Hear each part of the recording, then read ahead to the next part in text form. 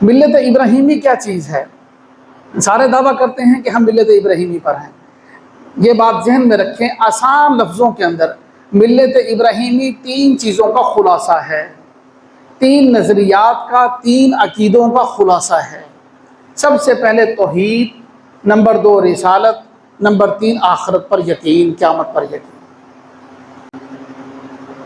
الحمدللہ الحمدللہ وحدہ والصلاة والسلام علی من لا نبی بعدہ ولا معصوم بعدہ ولا رسول بعدہ ولا امت بعد امتہ ولا کتاب بعد کتابہ نحمدہ ونصلی ونسلم علی رسولہ الکریم اما بعد فاعوذ باللہ من الشیطان الرجیم بسم اللہ الرحمن الرحیم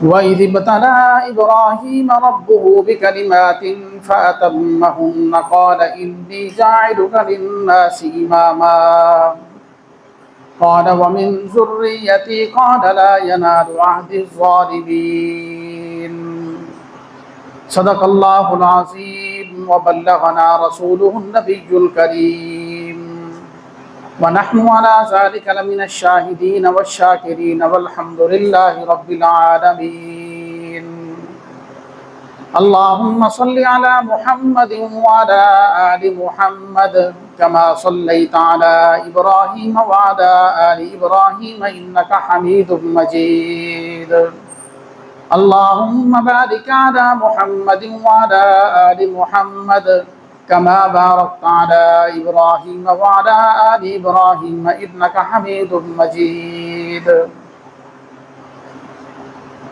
لائق سب تکریم و تعظیم، واجب الاحترام معزز و مکرم دوستوں اور بزرگوں،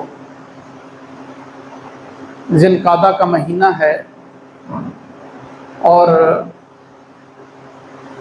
یہ اشہر حرم محترم مہینوں میں سے ایک مہینہ ہے اور اس کا یہ آخری جمعہ ہے۔ اگلا جمعہ جو ہے وہ ذی الحجہ کا پہلا جمعہ ہے۔ حج، قربانی، یہ بڑی بڑی عبادات ہم ذی الحجہ کے مہینے میں ادا کرتے ہیں۔ سب سے بڑی عبادات حج اور قربانی ہے۔ پورے عالم سے، پوری دنیا سے مسلمان اکٹھے ہو کر حج بیت اللہ ادا کرتے ہیں، اور اس کے ساتھ ساتھ جو ہے ساری دنیا کے مسلمان جو ہے وہ قربانی کا فریضہ سر انجام دیتے ہیں۔ تو یہ جو قربانی ہے، حج ہے، صفا مروہ کے درمیان سعی ہے، بیت اللہ کی تعمیر حضرت ابراہیم علیہ السلام نے کی، اصل میں یہ ساری کی ساری عبادات کے جو بانی ہے نا، حکم تو اللہ پاک کا ہے، لیکن یہ سنت اور یہ طریقہ ابراہیم علیہ السلام کا ہے۔ اس کے اندر اتنا خلوص تھا ابراہیم علیہ السلام کے اس طریقے کے اندر کہ اللہ پاک کو اتنا پسند ہے، اللہ نے ان کی اداؤں کو عبادت بنا دیا اور ان کے اعلان کو ایک ایک بندے تک پہنچا دیا، دل میں حسرت رکھ کر۔ بار بار ہر کسی کا دل چاہتا ہے کہ ہم عمرے کے لیے جائیں، ہم حج کے لیے جائیں۔ اللہ پاک ہم سب کو نصیب فرمائے۔ تو آج ہم جو ہے اس جمعے میں ایک حصہ اگلے جمعے میں اسوہ ابراہیمی کے بارے میں بات کریں گے، ملت ابراہیمی کے بارے میں بات کریں گے۔ ایک حصہ اس کا انشاءاللہ اس جمعے، ایک انشاءاللہ زندگی رہی تو آئندہ جمعے، اور اس کے ساتھ ساتھ یہ ذی الحجہ کا مہینہ جو 2-3 دن کے بعد شروع ہو رہا ہے، اس کے پہلے 10 دنوں کے کچھ فضائل ہیں، اس میں کرنے کے کچھ کام ہیں جو شریعت میں ہمیں حکم دیا گیا ہے، نبی پاک صلی اللہ علیہ وسلم نے ان کی ترغیب ارشاد فرمائی ہے، ان کے بارے میں بھی انشاءاللہ بات کریں گے۔ قرآن و حدیث کی روشنی میں اللہ پاک ہم سب کو سمجھنے عمل کرنے کی توفیق نصیب فرمائے۔ میرے محترم دوستوں اور بزرگوں، سب سے پہلے تو ملت ابراہیمی کیا چیز ہے، یہ بڑا ڈاؤٹ رہتا ہے ہر کسی کہ ملت ابراہیمی، یہودی کہتے ہیں ہم ملت ابراہیمی پر ہیں، عیسائی کہتے ہیں ہم ملت ابراہیمی پر ہیں، اور مسلمان کہتے ہیں ہم ملت ابراہیمی پر ہیں۔ ملت ابراہیمی ہے کیا چیز؟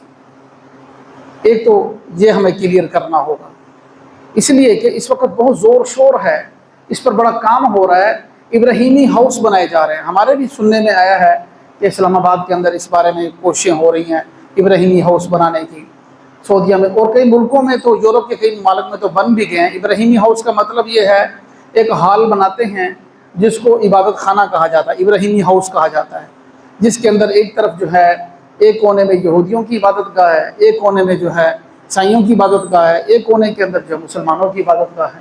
ہاں، ان کے لیے چٹائیاں بچھی ہیں، ان کے لیے کرسیاں رکھی ہیں، ان کے لیے کھڑے ہونے کا اسی طرح بندوبست، جیسے جیسے عبادت کا طریقہ ہر ایک کا ہے ویسے ویسے بنایا گیا ہے۔ یہ صرف اور صرف مقصد کیا ہے؟ تاکہ اسلام اور مسلمانوں کے دلوں سے یہود و نصارہ کی نفرت کو کم کیا جائے، ان کو یہ بتایا جائے کہ یہ دین بھی ملت ابراہیمی پر ہیں، ان کو ایکسیپٹ کرو، قبول کرو۔ جبکہ اللہ اور اس کے رسول کی جو تعلیمات ہیں وہ یہ ہیں کہ شرک قابل قبول نہیں ہے، نہ مشرک قابل قبول ہے، نہ شرک قابل قبول ہے کسی طور پر بھی، کوئی نرمی نہیں ہے۔ اور بلکہ اللہ نے قرآن پاک میں تنبیہ فرما دی، سورہ مائدہ کے اندر 6واں پارہ ہے، لَتَجِدَنَّ أَشَدَّ النَّاسِ عَدَاوَةً لِلَّذِينَ آمَنُوا الْيَهُودَ وَالَّذِينَ أَشْرَكُوا۔ لَتَجِدَنَّ، نبی پاک صلی اللہ علیہ وسلم کو مخاطب کر کے فرمایا آپ سب سے زیادہ بڑا دشمن دیکھنا چاہتے ہیں نا ایمان والوں کا، اشد الناس عداوۃ للذین، سب سے بڑا دشمن مسلمانوں کا کون ہے؟ الیہود والذین اشرکوا، یہودی اور مشرک۔ یہ تو جتنا مرضی باتیں کر لیں، ہم کہتے ہیں چھوڑو اپنا کرتے رہو، کیا ضرورت ہے، بس سب کچھ ٹھیک ہے، کسی کو کچھ نہ کہو۔ شرک کی بھائی نفی تو ضروری ہے نا، جب تک شرک کی نفی نہیں کریں گے ہم، لا پہلے ہے الا اللہ بعد میں ہے، کلمہ پڑھتے ہی کسی کو مسلمان کر رہے ہیں تو سب سے پہلے اسے شرک کی نفی کرواتے ہیں، لا الہ، اللہ کے سوا کوئی معبود نہیں، کوئی مسجود نہیں، کوئی عبادت کے لائق نہیں، یہ سارے معنی اس کے اندر آ جاتے ہیں۔ تو سب سے پہلے لا کہا جاتا ہے، لا کی تلوار جو ہے نا وہ سارے شرک کو کاٹتی ہے، تو آگے پھر شروع ہوتا ہے الا اللہ، پھر آگے شروع ہوتا ہے محمد الرسول اللہ۔ تو شرک کی نفی تو کرنی پڑے گی، اس کے بغیر تو چارہ نہیں ہے۔ کوئی یہ کہے کہ میں کسی کو کچھ نہ کہوں، شرک کی نفی نہ کروں اور اس کے بغیر ہی اپنے آپ کو مومن اور موحد کہلوا لوں، یہ ہو نہیں سکتا۔ ملت ابراہیمی کیا چیز ہے؟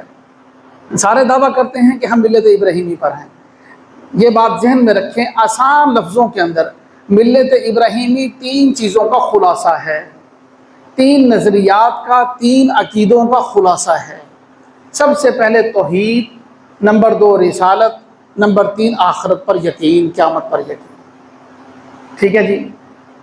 اب توحید کا مطلب کیا ہے؟ صرف یہ نہیں ہے کہ اس کو بیان کر دیا، اس کے لیے جو ابراہیم علیہ السلام نے قربانیاں دی ہیں نا، ان کو بھی سامنے لانا ضروری ہے۔ ہم اس کا مطالعہ کریں، قرآن پاک سے کریں، احادیث کی طرف تو دوسرے نمبر پر جائیں گے نا، پہلے نمبر پر تو قرآن ہے، کلام اللہ ہے۔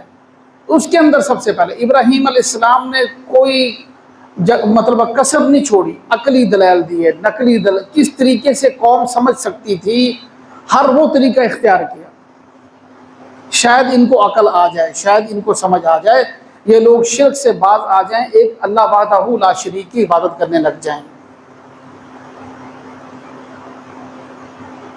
تو یہ ملت ابراہیمی ہے۔ ملت ابراہیمی کا پہلا جز توحید ہے، توحید کے لیے قربانی دی ابراہیم علیہ السلام، اس پر بات کرتے ہیں توحید پر تفصیلی۔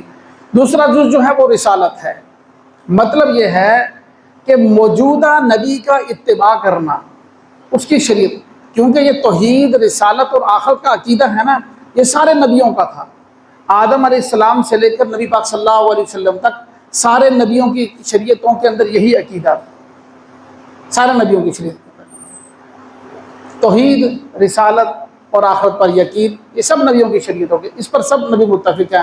پھر آگے فروعی مسائل کے اندر اختلاف ہے، کسی کی 2 نمازیں، کسی کی 4 نمازیں، کسی کے 30 روزے، کسی کے 60 روزے، کسی کے 6 مہینے کے روزے، کسی کا 1 روزہ، ہر شریعتوں میں اللہ نے اس لحاظ سے ان کو مختلف عبادات دی۔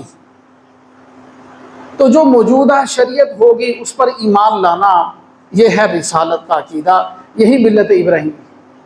موجودہ شریعت اس وقت جو ہے وہ نبی پاک صلی اللہ علیہ وسلم کی رسالت ہے، پچھلی ساری شریعتیں جو ہیں وہ منسوخ ہو گئی، اب اس پر ایمان لانا یہی ملت ابراہیمی ہے، توحید، رسالت، پھر آخرت پر یقین رکھنا، اللہ پاک کا خوف ہو، یہ سب ہر ایک کا عقیدہ ہو، نظریہ ہو، مرنا ہے، مرنے کے بعد اللہ پاک کی بارگاہ میں پیش ہونا ہے، روز محشر جو ہے اللہ کے سامنے جو ہے جو کچھ ہم نے زندگی بھر کیا ہے اس کی جواب دہی ہے۔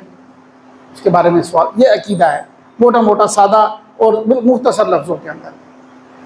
اب ان سب عقائد پر ابراہیم علیہ السلام نے اپنی قوم کو سمجھایا. والد کو گھر سے شروع کیا. والد کو جو ہے ابراہیم علیہ السلام دعوت دے رہے ہیں. سورہ ابراہیم ہے, سورہ مریم ہے, تیسرا رکوع شروع ہو رہا ہے.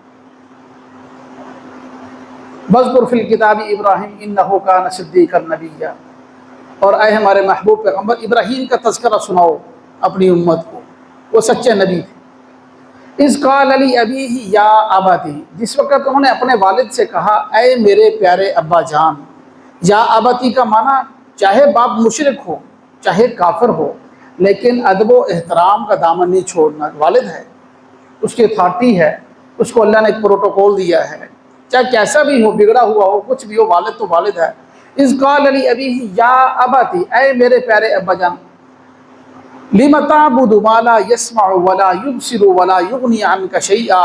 آپ اس کی عبادت کیوں کرتے ہیں جو نہ سنتا ہے, نہ دیکھتا ہے, نہ کوئی نفع دے سکتا ہے, نہ نقصان دے سکتا ہے. عقلی دلیل سے سمجھا.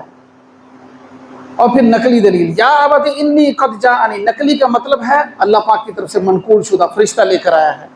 یا ابت انی قد جاءنی من العلم ما لم یأتک فاتبعنی اہدک صراطا سویا. اے میرے پیارے ابا جان, اللہ نے مجھے نبوت عطا کی ہے اور آپ کو نہیں ملی, آپ میرا اتباع کیجئے, میرے اوپر اعتماد کریں, میں آپ کو غلط راستے پر نہیں چلاؤں. پھر فرمایا یا ابت لا تعبد الشیطان.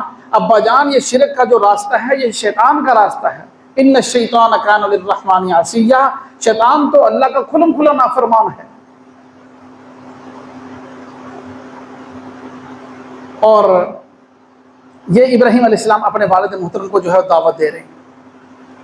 والد نے جب نہ مانی تو آگے سے کیا کہا, اراغب انت عن آلیہتی یا ابراہیم. اے ابراہیم, تو مجھے میرے معبودوں سے دور کرنا چاہتا ہے, بھٹکانا چاہتا ہے میرے معبودوں سے. لئن لم تنتہی لارجمنک. اگر تو باز نہ آیا, اگر تو نے یہ توحید کی دعوت نہ چھوڑی, میں تجھے سنسار کر کے قتل کر دوں گا. لارجمنک, رجم کر دوں گا, سنسار کر دوں گا. وہجرنی ملیہ, مجھے چھوڑ دے. پھر ابراہیم علیہ السلام نے ہجرت کی. سلام علیک ساستغفر لک ربی انہ کان بی حفیہ. پھر ابراہیم علیہ السلام والد سے جدا ہوئے. تو سب سے پہلے توحید کی دعوت ابراہیم علیہ السلام نے اپنے گھر سے شروع کی. یہ اسوہ ابراہیمی ہے, وہ ملت ابراہیمی ہے جس میں اللہ نے قرآن پاک میں بار بار ابراہیم علیہ السلام کی ملت کی اتباع کا حکم دیا ہے. وَأَوْحَيْنَا إِلَيْكَ أَنِ اتَّبِعْ مِلَّةَ إِبْرَاهِيمَ حَنِيفًا. اے ہمارے محبوب پیغمبر, ہم نے وحی کیا آپ کی طرف کہ آپ ابراہیم علیہ السلام کی ملت کا اتباع کریں. وَاتَّبِعُوا مِلَّةَ إِبْرَاهِيمَ حَنِيفًا وَمَا كَانَ مِنَ الْمُشْرِكِينَ. ابراہیم علیہ السلام کی ملت کی, ان کے دین کی اتباع کرو, وہ مشرکین میں سے نہیں تھے. یعنی آپ کی ملت کے اندر سب سے پہلی بات توحید ہے. سب سے پہلا نقطہ آغاز جو ہے وہ توحید ہے. توحید سے شروع ہوگا ملت ابراہیم. کوئی توحید پر ایمان نہیں رکھتا, کوئی اللہ کو وحدہ لا شریک نہیں مانتا, یا مانتا تو ہے اور اس کے ساتھ ساتھ اللہ کی صفات میں کسی اور کو بھی شریک ٹھہراتا ہے, تو وہ ملت ابراہیمی پر اپنے آپ کو کہلوانے کا حقدار نہیں ہے قرآن کی زبان سے. تو اس لیے ابراہیم علیہ السلام نے یہ جو ہے نا وہ دلائل دیے. پھر جو ہے نمرود کے ساتھ بھی ابراہیم علیہ السلام کا مناظرہ ہوا اسی توحید کی بات. دیکھیے کتنی کوشش کر رہے ہیں, کتنی محنت کر رہے ہیں کہ کسی طریقے سے سمجھ آ جائے. عام عوام کو سمجھ نہیں آ رہی, چلو اشرافیہ کے پاس جاتے ہیں, چلو بادشاہ کے پاس جاتے ہیں, جو بڑے لوگ ہیں ان کو جا کر سمجھاتے ہیں, ان کی سمجھ میں شاید بات آ جائے. اس کا بھی اللہ پاک نے قرآن پاک میں تذکرہ فرمایا. سورہ بقرہ تیسرے پارے کا تیسرا رکوع شروع ہو رہا. الم تر الی الذی حاج ابراہیم فی ربہ ان آتاہ اللہ الملک. کیا آپ نے نہیں دیکھا اس کو جسے ابراہیم علیہ السلام مناظرہ کر رہے تھے, جس کو اللہ نے بادشاہ دی تھی. نمرود بادشاہ تھا ابراہیم علیہ السلام کے زمانے میں. اب کیا مناظرہ ہوا وہ بھی قرآن پاک نے بیان کیا. الم تر الی الذی حاج ابراہیم فی ربہ ان آتاہ اللہ الملک اذ قال ابراہیم. جس وقت ابراہیم علیہ السلام کو اس نے کہا, اذ قال ابراہیم علیہ السلام سے نمرود کہنے لگا کہ آپ کا خدا کیا کرتا ہے, ابراہیم علیہ السلام نے آگے سے فرمایا ابراہیم میرا خدا وہ ہے جو مارتا ہو زندہ کرتا ہے۔ نمرود کہنے لگا وہ تو میں بھی کر سکتا ہوں، انا احیی و امیت، وہ تو میں بھی کر سکتا ہوں۔ ایک عام آدمی جو ہے امن پسند عام شریف شہری جا رہا تھا، اس کو پکڑ کر اس کو پھانسی چڑھا دیا، کہتا میں موت دے سکتا ہوں۔ اور ایک کے اوپر سزائے موت کا قانون جو ہے کیس تھا، وہ سزائے موت ثابت ہو چکی تھی، اس کو پھانسی ہونی تھی، اس کو آزاد کر دیا۔ کہنے لگا یہ دیکھو میں بھی زندگی دے سکتا ہوں، انا احیی و امیت، میں بھی زندہ کرتا ہوں اور مارتا ہوں۔ ابراہیم علیہ السلام کو سمجھ لگ گئی کہ یہ بے وقوف ہے، زندہ کرنے اور مارنے کا یہ مطلب نہیں ہے جو اس نے سمجھا ہے۔ پھر ابراہیم علیہ السلام نے دوسری دلیل دی کہ میرا رب تو وہ ہے جو سورج کو مشرق سے طلوع کرتا ہے۔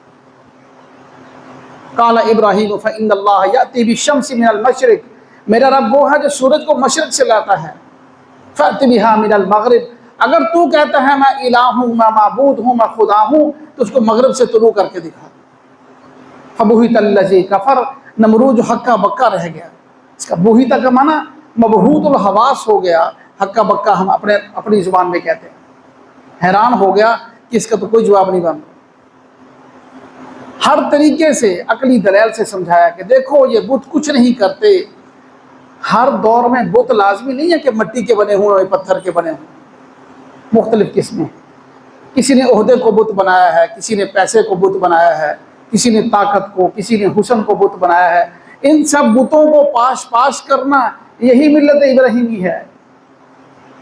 ایک اللہ وحدہ لا شریک کے سامنے جھک جانا، یہ ملت ابراہیمی ہے۔ اور پھر آخر میں وہ میلے کا ذکر ہے، جس وقت جو ہے ان کے عید کے دن ہوتے تھے، 6-7 دن کے لیے وہ میلے پر جاتے، نمرودی سارے کے سارے پیچھے سے جو ہے ابراہیم علیہ السلام ان کے بت باڑے میں گھسے اور سارے کے سارے بت توڑ دیے۔ سورۃ القصص کے اندر یہ واقعہ موجود ہے۔ فجعلہم جذاذا، ساروں کو ٹکڑے ٹکڑے کر دیا بتوں کو، الا کبیر لہم لعلہم الیہ یرجعون، بڑے کو چھوڑ دیا کہ شاید یہ لوگ رجوع کر لیں۔ وہ لوگ آئے، آ کر دیکھا، حیران ہو گئے کہ ہمارے بتوں کو کس نے توڑ دیا، گرا دیا۔ قرآن میں اللہ پاک فرما رہے ہیں قالوا من فعل ھذا، یہ ہمارے بتوں کے ساتھ کس نے ایسا کیا؟ قالوا سمعنا فتى يذكرهم يقال له ابراہیم، کہنے لگے ایک نوجوان ہے ہم جس کا نام سنتے ہیں اس کو ابراہیم کہتے ہیں، لگتا ہے یہ اسی کا کام ہوگا، ہمارے بتوں کی وہی مخالفت کرتا ہے۔ فتن اس کو کہتے ہیں جو چرتی جوانی والا نوجوان ہو، سیاہ بالوں والا۔ تو ہمیشہ کہیں بھی کوئی انقلاب برپا کیا ہے نا تو نوجوانوں نے کیا ہے۔ تو اس لیے بھائی ہمارے جو نوجوان ہیں ان سے بھی یہ درخواست ہے کہ اپنے آپ کو بدلیں، ہم اپنا کردار بدلیں، جدید دور کے لحاظ سے اپنے آپ کو ڈھالیں، دین کو مت چھوڑیں، سنت کو مت چھوڑیں، اور نبی علیہ السلام کے دین کو اونچا کرنے کے لیے، اللہ کے کلمے کو بلند کرنے کے لیے کوشش کریں۔ سمعنا فتى يذكرهم يقال له ابراہیم، ہم ایک ابراہیم کا تذکرہ سنتے ہیں، لگتا ہے یہ اسی کا کام ہے۔ پھر انہوں نے ابراہیم علیہ السلام سے پوچھا انت فعلت ھذا بآلیتنا یا ابراہیم، اے ابراہیم تم نے ہمارے بتوں کے ساتھ یہ کیا ہے؟ تو ابراہیم علیہ السلام نے فرمایا بل فعلہ، اس کو جس نے کیا ہے اس کو چھوڑیں۔ کبیرہم ھذا فاسألوہم ان کانوا ینطقون، یہ جو ان کا بڑا صحیح سلامت کھڑا ہے اس سے پوچھو اگر یہ بولتے۔ یعنی عقل سے سمجھانے کی کوشش کی کہ ان کو تھوڑی سی بھی شعور ہونا، تھوڑا سا بھی ان کو بھی عقل آ جائے گی۔ یہ سارے مرے پڑے ہیں، بڑا تو دیکھ رہا نا کھڑا ہوا، اور آلہ قتل بھی اس کے پاس ہے، جس کو ہاڑے سے بتوں کو توڑا تھا وہ بھی اس کے کندھے کے اوپر لٹکا ہوا ہے، اس سے پوچھو۔ کبیرہم ھذا فاسألوہم ان کانوا ینطقون۔ پھر انہوں نے کہا کہ جو ہے اب اس کا کوئی حل نہیں ہے، اس کے لیے آگ جلائی جائے اور اس کو جو ہے نا وہ اس کے اندر ڈالا جائے، اس نے اتنا بڑا جرم کیا۔ ہر قربانی دے رہے ہیں ابراہیم، جس کو حق سمجھا اس پر جان دینے کے لیے تیار۔ پھر آگ جلائی گئی، تاریخ کی کتابوں میں مختلف روایتوں، میلوں لمبی جو ہے وہ جگہ ہے جس کے اندر وہ آگ جلائی گئی اور ابراہیم علیہ السلام کو اس آگ کے اندر ڈالا گیا۔ قرآن پاک میں سارا اس کا تذکرہ موجود ہے۔ اللہ پاک جل شانہ قرآن پاک میں ارشاد فرما رہے ہیں یا نار کونی بردا و سلاما علی ابراہیم، ہم نے آگ کو حکم دیا اے آگ ابراہیم پر ٹھنڈی اور سلامتی والی ہو جا۔ روایات میں آتا ہے جس وقت ابراہیم علیہ السلام ڈالے جا رہے تھے نا آگ میں، مختلف فرشتے آئے، پانیوں کا فرشتہ آیا۔ یہ واقعہ تو ہم بار بار سنتے ہیں، ہر سال ہی سنتے ہیں، تذکرہ دوبارہ دہراتے ہیں تاکہ ایمان تازہ ہو جائے، سنا ہے بار بار۔ پانی کا، ہواؤں کا فرشتہ آیا، آ کر درخواست کی کہ حضرت حکم کریں تو ہم 1 سیکنڈ میں اس آگ کو ختم کر دیں۔ ابراہیم علیہ السلام نے فرمایا اما انتم فلا، اگر تم اپنی طرف سے آئے ہو تو مجھے کوئی ضرورت نہیں ہے، میں جس کے لیے آگ میں جا رہا ہوں وہ دیکھ رہا۔ پھر جبرائیل علیہ السلام آئے جو فرشتوں کے سردار ہیں، انہوں نے آ کر درخواست کی، تو اگر فرمایا کہ اللہ نے بھیجا ہے آپ کو تو پھر تو کوئی مجال نہیں ہے، اللہ کا حکم ہے، تابعداری فرما برداری کی واجب ہے، اور اگر آپ اپنی طرف سے آئے ہیں تو مجھے ضرورت نہیں ہے۔ ابراہیم علیہ السلام کو جب آگ میں ڈال دیا، پھر اللہ نے کسی فرشتے کو استعمال نہیں فرمایا کہ جاؤ جبرائیل آگ کو بجھاؤ، جا کے جاؤ میکائیل پانی برساؤ، یا کسی فرشتے کو استعمال نہیں فرمایا، براہ راست آگ کو حکم دیا۔ قرآن کہہ رہا ہے قلنا یا نار کونی بردا وسلاما علی ابراہیم، سورہ قصص کے اندر ہے، ہم نے حکم دیا کہ اے آگ ابراہیم پر ٹھنڈی اور سلامتی والی ہو جا۔ جو اللہ کی طرف بلاتا ہے اس کے ساتھ اللہ کی مدد و نصرت 100% شامل ہوتی ہے، 100% اللہ کی مدد اس کے ساتھ ہوتی ہے۔ پھر اللہ بجلیوں کو، ہواؤں کو، پانیوں کو اس کے تابع فرما دیتے ہیں۔ ہمارا یقین کمزور ہو گیا ہے، ایمان کمزور ہو گیا ہے، اللہ کی طاقتوں پر ہمیں یقین نہیں رہا، اس لیے ہم بھٹکتے پھر رہے ہیں، سہارے لیتے پھر رہے ہیں دنیا کی چیزوں سے۔ سہارا صرف اللہ کا ہونا چاہیے۔ تو یہ قربانی ابراہیم علیہ السلام نے دی توحید کو ثابت کرنے کے لیے۔ اس لیے میں نے عرض کیا کہ ملت ابراہیمی کی پہلی چیز توحید ہے۔ اچھا پھر صرف اتنا نہیں ہے، مشرکین کا بائیکاٹ بھی کیا۔ قرآن پاک سورۃ الممتحنہ پہلا رکوع ہے، قد کانت لکم اسوۃ حسنۃ فی ابراہیم، اللہ پاک فرما رہے ہیں اے امت محمدیہ، تمہارے لیے ابراہیم علیہ السلام کی ملت کے اندر اسوہ حسنہ ہے، اس کو اپناؤ، ابراہیم السلام کی ملت کو اپناؤ۔ اذ قالوا لقومہم انا براء منکم، جس وقت ابراہیم علیہ السلام نے ان مشرکین سے کہا میں تم سے بری ہوں، بائیکاٹ ہے میرا تم سے، عداوت بیننا و بینکم، میرے اور تمہارے درمیان دشمنی ہے، یہاں تک ابراہیم علیہ السلام پہنچ گئے۔ تو پھر اللہ پاک جل شانہ نے جو ہے جب انہوں نے اپنے پورا زور لگا لیا توحید کو ثابت کرنے کے اندر، پھر حکم دیا کہ اب ہجرت کرو۔ لوط علیہ السلام ایمان لائے تھے، ان کو ساتھ لے کے ابراہیم علیہ السلام نے ہجرت کی، جس کا قرآن پاک میں سورۃ الصافات کے اندر تذکرہ ہے، ان ربی سیہدین، میرا رب میری رہنمائی کرے گا۔ پھر آگے اسحاق علیہ السلام، اسماعیل علیہ السلام بیٹے پیدا ہوئے، اور اگلا واقعہ انشاءاللہ آئندہ جمعے سے شروع کریں گے۔ یہ اتنی بات یہاں تک ہم ذہن میں رکھ لیں کہ ملت ابراہیمی موجودہ شریعت پر ایمان لانا ملت ابراہیمی کا اتباع ہے۔ پچھلی شریعتیں منسوخ ہو گئی، موجودہ شریعت پر ایمان لانا ملت ابراہیمی کا اتباع ہے، اور ملت ابراہیمی کی پہلی اکائی، پہلا قدم، پہلا سٹیپ جو ہے وہ توحید ہے۔ اللہ کے ساتھ اللہ کی ذات و صفات میں کسی کو شریک نہ ٹھہرایا جائے۔ اللہ ہم سب کو توفیق نصیب فرمائے۔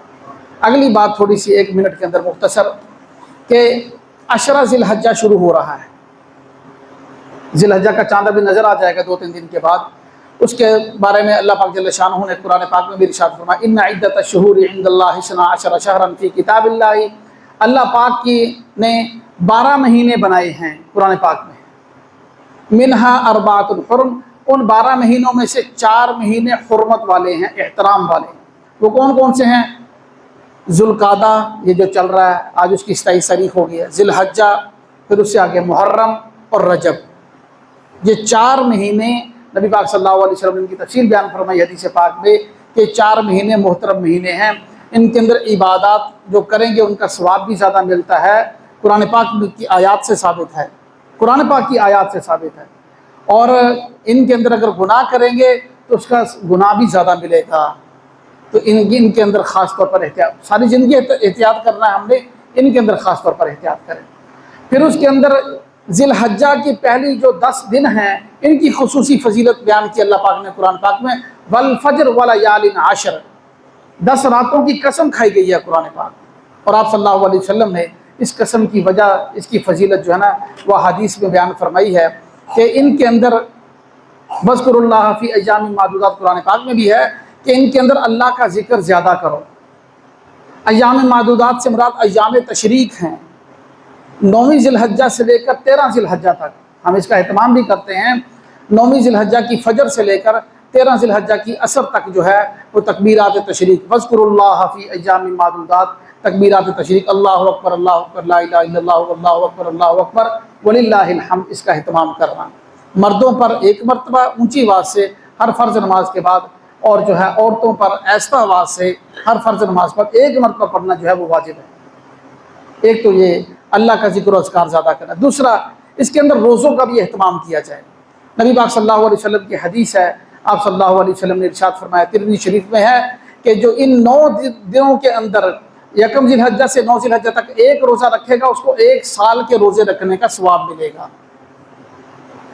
اللہ پاک ہمیں توفیق دے، 1 رکھ لے، 2 رکھ لے، کسی کو توفیق دے سارے 9 روزے رکھ لیں۔ اور اس کے ساتھ ساتھ ایک حدیث ہے مسلم شریف کی، حضرت ام سلمہ رضی اللہ تعالیٰ عنہ روایت فرماتی ہیں کہ نبی پاک صلی اللہ علیہ وسلم نے ارشاد فرمایا، جس نے قربانی کرنی